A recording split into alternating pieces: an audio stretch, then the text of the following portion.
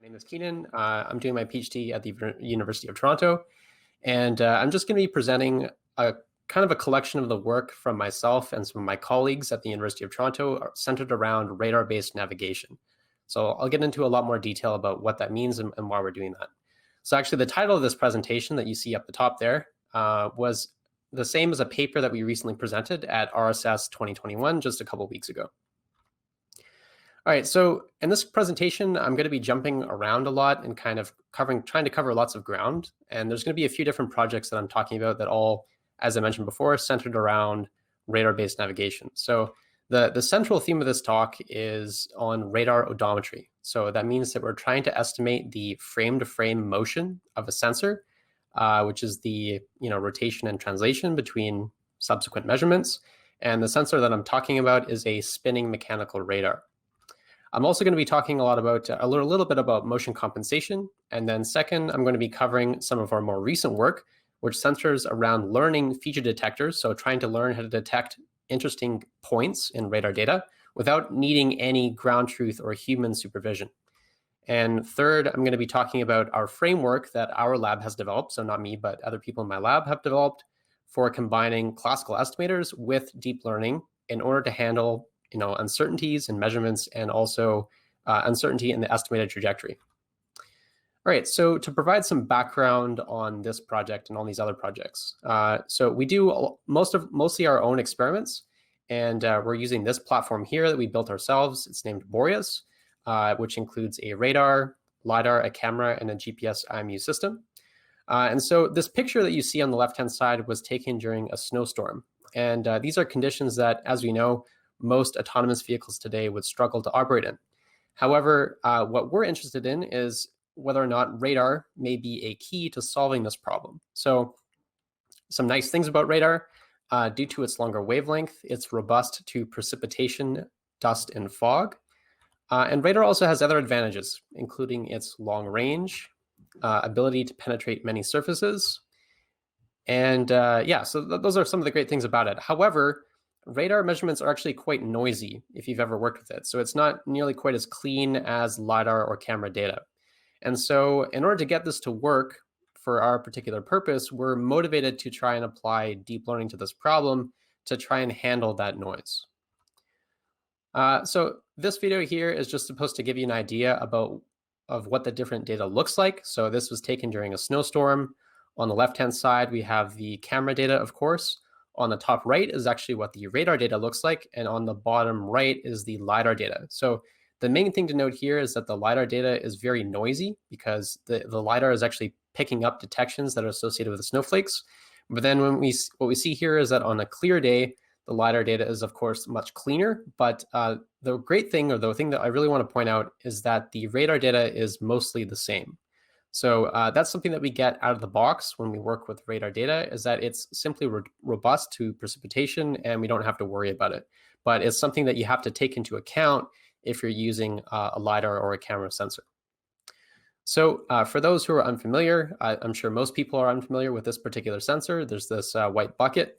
It's called a Navtec sensor, or the company that produces it is called Navtec. And I'll spend a little bit of time explaining how it works here. So the Navtec is a spinning mechanical radar, which makes use of frequency modulated continuous wave radar technology. This is kind of the same technology that's behind the front bumpers of many of our cars. But the key difference here is that it has a single antenna. So that's a receiver and transmission dish that spins at 4 times per second. This gives it 400 measurements per rotation, and that results in about an angular resolution of 0.9 degrees. So the range can also be quite high, which is another nice thing about radar. So you can have the range set up to 500 meters.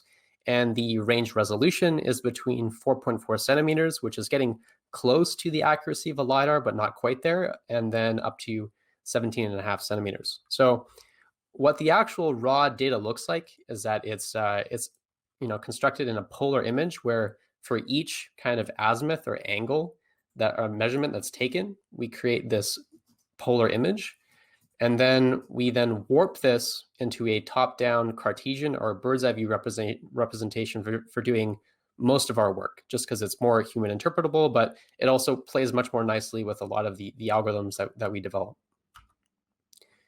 Cool. So one of the big problems with working with this particular radar sensor, though, is that it actually rotates quite slowly. So I mentioned that it spins at only 4 times per second.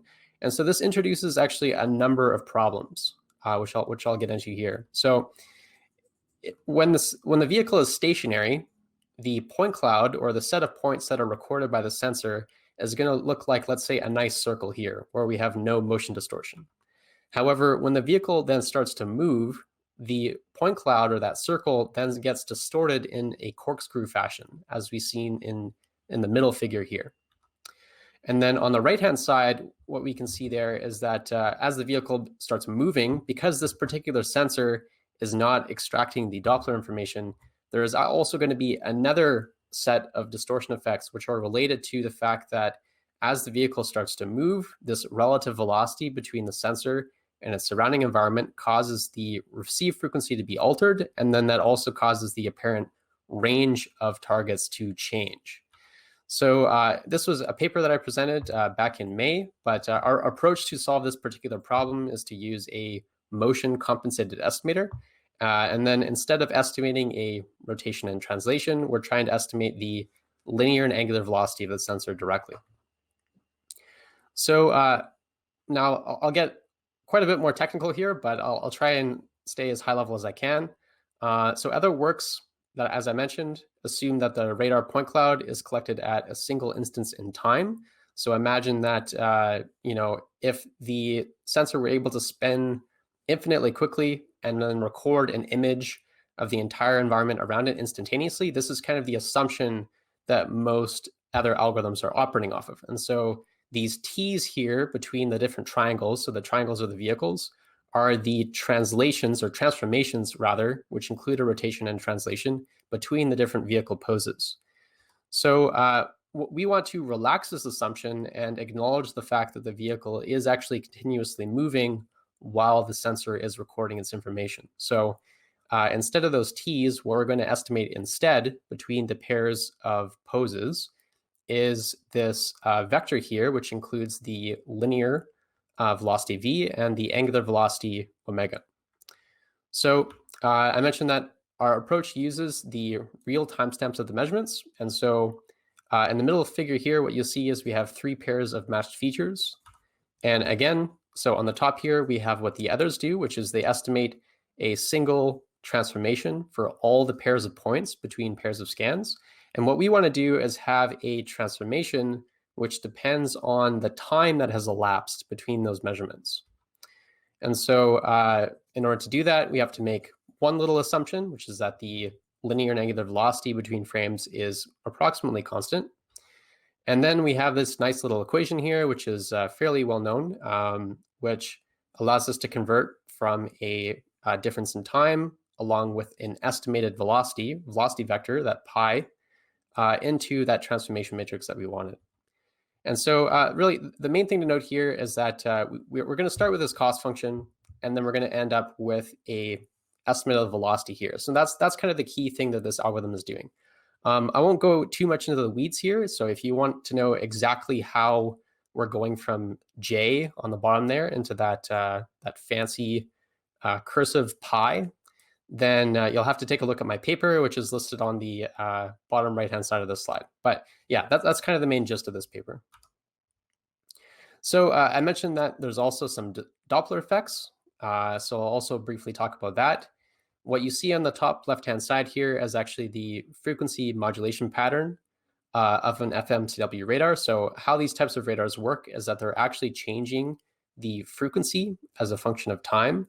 And so then what we're measuring is, instead of the time of flight of a pulse, what we're measuring is the difference in frequency between the received and transmitted signals. However, what's really interesting here is that if there is a relative velocity between us and the surrounding environment, what we end up with is this Doppler frequency, which shifts the entire red waveform up and causes that delta F to become smaller and make the apparent range of targets also smaller. So yeah, we came up with a nice little correction factor here, which of course relies on that estimated velocity that we have before.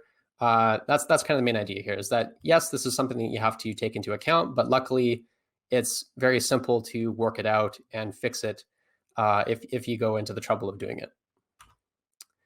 Cool. So then, of course, it's good to bring this back into the real world. Why are we doing this? This table and this figure here kind of summarize why we did this. So if you're looking at the problem of, let's say, trying to build a map with your radar data and then to localize within that map, if you're using this particular sensor and you ignore those two distortion effects that I talked about before, you're going to end up with fairly poor localization accuracy. So this table on the right basically says, if you have all the distortion involved, you have the worst results, of course. If you only compensate for motion, you get a little bit better. And then if you include some compensation for the Doppler effect, you also get a little bit better. Great. So really switching gears here. So I'm now talking a little bit more about our much more recent work. And so what we've been thinking about recently is, in all these kind of like robotics and algorithms for autonomous vehicles, there's a significant component of things that are still handcrafted. And then there are also people who are working towards trying to make everything learnable, machine learning end to end. And so the question that we repeatedly try to ask ourselves is, how much of these architectures should we either learn or keep as handcrafted or engineered components? So, there's been quite a bit of work in this field, so in this radar-based localization field so far, and we actually have some examples that we can draw upon. So on the one extreme, we can engineer an entirely handcrafted solution, as was shown by Senna Newman in 2018. Or as in 2020, actually Barnes and Posner demonstrated a method that's able to learn features directly by leveraging differentiable matching and pose estimation modules. So rather than trying to learn everything with a deep network or handcrafting everything, what we in our lab have been aiming to do is to try and strike a balance between these two different approaches. So the method that I'm going to talk about in the following combines a learned front end with a classical backend, which allows for several benefits, which are nice, including outlier rejection, motion priors, which I just talked about, and motion compensation. So we can keep all that, handcrafted math and take advantage of all that work that we've done, but still take advantage of the power of deep neural networks. So, there's quite a bit of research out there, and this stuff has been, people have been working on this stuff for a long time. So I just want to briefly mention that the framework that I'm talking about that our lab developed actually builds on an existing expectation maximization technique that was initially shown back in 1998. People in our lab have now modernized this approach by taking advantage of advances in deep learning and nonlinear estimation over the last decade to create what we call ESGVI, or exactly sparse Gaussian variational inference. One of my colleagues in my lab recently applied this to unsupervised LiDAR odometry. And in this following work that I'm going to talk about, we extend their approach to work with radar data. So now getting into very technical again, we begin with the negative log likelihood of our data, which are the measurements given the parameters of our network. So then what we do, there's just one equation here, but we then apply a decomposition where we introduce a latent trajectory, so Q of x, which we assume to be Gaussian. This then breaks the data likelihood into two parts. So there's the KL divergence between the estimated posterior and the true posterior. And then there's the upper bound on the original objective. So what we're going to do here is that in the E step, we're going to hold the parameters of the deep neural network fixed and then minimize the upper bound with respect to the trajectory, which then decreases this upper bound and causes the KL divergence to approach 0. So there's two parts to this algorithm, the E step and the N step. In the M step, we're going to hold that estimated trajectory, Q of x, fixed, and then minimize the upper bound with respect to the D and N parameters. So that's where we're actually going to be doing some updating of the network weights. So this then decreases the upper bound again, but now moves the KL divergence further from 0 and minimizes the original objective. So this kind of gives you a much better picture, kind of the high-level architecture of what we're looking at here. And the main thing to note here is that this is totally unsupervised. So that's the other kind of really neat thing about this algorithm, is that we don't need any GPS, and we don't need any human beings to tell us exactly what is the correct trajectory. So our algorithm is actually able to learn how to do odometry using only the radar data, which we think is fairly exciting. So as before, the inputs are a sequence of radar data, which are on the top there. Those are the Zs. And yeah, we then pass those through a deep neural network independently. And the output is a list of key point locations along with their associated descriptors and covariances. All right. And then we then match these in a differentiable fashion to create measurement factors between pairs of radar scans. So during the forward pass, we hold the network parameters fixed and estimate the most likely trajectory given the measurement factors and a set of motion prior factors. Then during the backward pass, what we can do is hold this estimated trajectory, so the x's, we can hold them fixed, and then use this as a training signal to update the parameters of the deep neural network. All right, I don't want to spend too much time here, but people like to take a look at DNN architectures, so I'll just show off ours here. The main thing to note here is that we're using a UNet style convolutional encoder multi-decoder, which I'm sure some of you may have seen before. And there are two outputs of this UNet. So there is a detector score and a weight score. You can think of the detector score as encoding the feature locations and the weight score as encoding the uncertainty in those locations. We then do some division. So we divide that detector score and then we do a spatial softmax over each grid cell. And we're going to get rid of some of the ones that correspond to the empty areas of the input radar scan. And finally, what we're going to have as the output is a list of key point locations along with a descriptor, so describing what each of those key points is, as well as the uncertainty. So we'll have an ellipse that describes how uncertain we are in the location of that particular feature. All right, so now getting into some experiments, and I'll just try and wrap this up. So we've done a lot of work on a data set that's already out there that was actually published by some of our friends at Oxford. And so what you see on the left-hand side here is our attempt to try and estimate the motion of the vehicle with regards to the ground truth. So our estimate is in blue and the ground truth is in black. So I mentioned before that this is trained. And so initially, the estimate doesn't look like much of anything. It just kind of looks like spaghetti. But as the network parameters get updated, it becomes closer and closer to the ground truth. And then finally, once it's finished training, the results are, of course, quite good. And so the main thing that we want to point out is that while we're not quite better than the best handcrafted algorithm, we were able to beat the previous best learning-based algorithm without requiring any ground truth supervision. Again, that was another key part of our approach. All right, so now I have a fun video here. If it eventually loads, yeah, there it is. So on the top, again, we have this kind of snowy environment. On the bottom left, we have the key points. So you'll see there are these red dots along with their matched green dots, so from subsequent frames.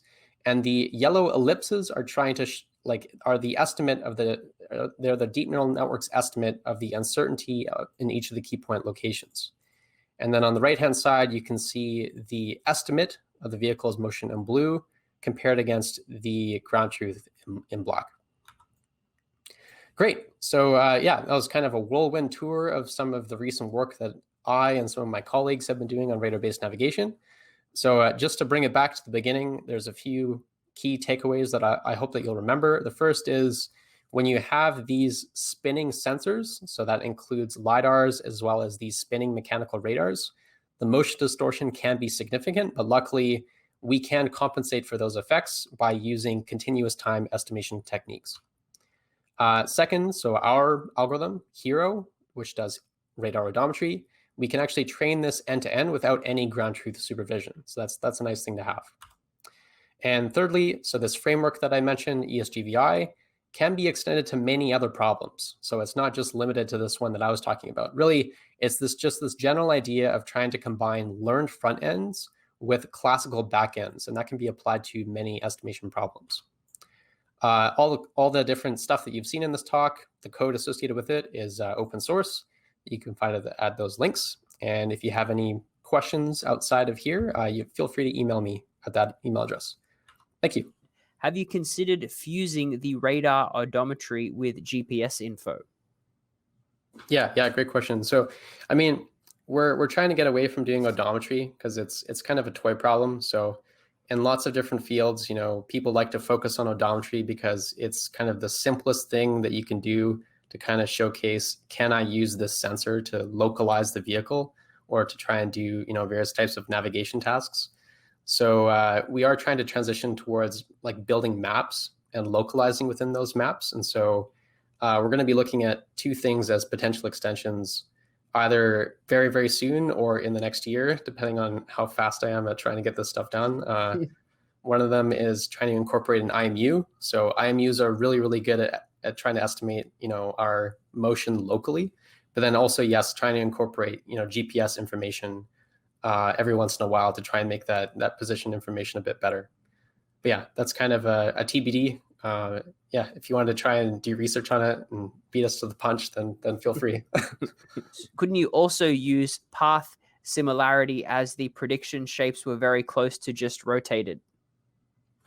Yeah, I think it depends on what your goal is. So the whole point of this paper was how good can we get at estimating the relative rotation and translation using only the radar and nothing else. So to do path similarity would assume that you already have information about the path from your GPS sensor that you collected a priori. Yeah, so we're leaving kind of that problem behind. We'll focus on more building maps and localizing within those maps in the future. So yeah, stay tuned for those things coming up.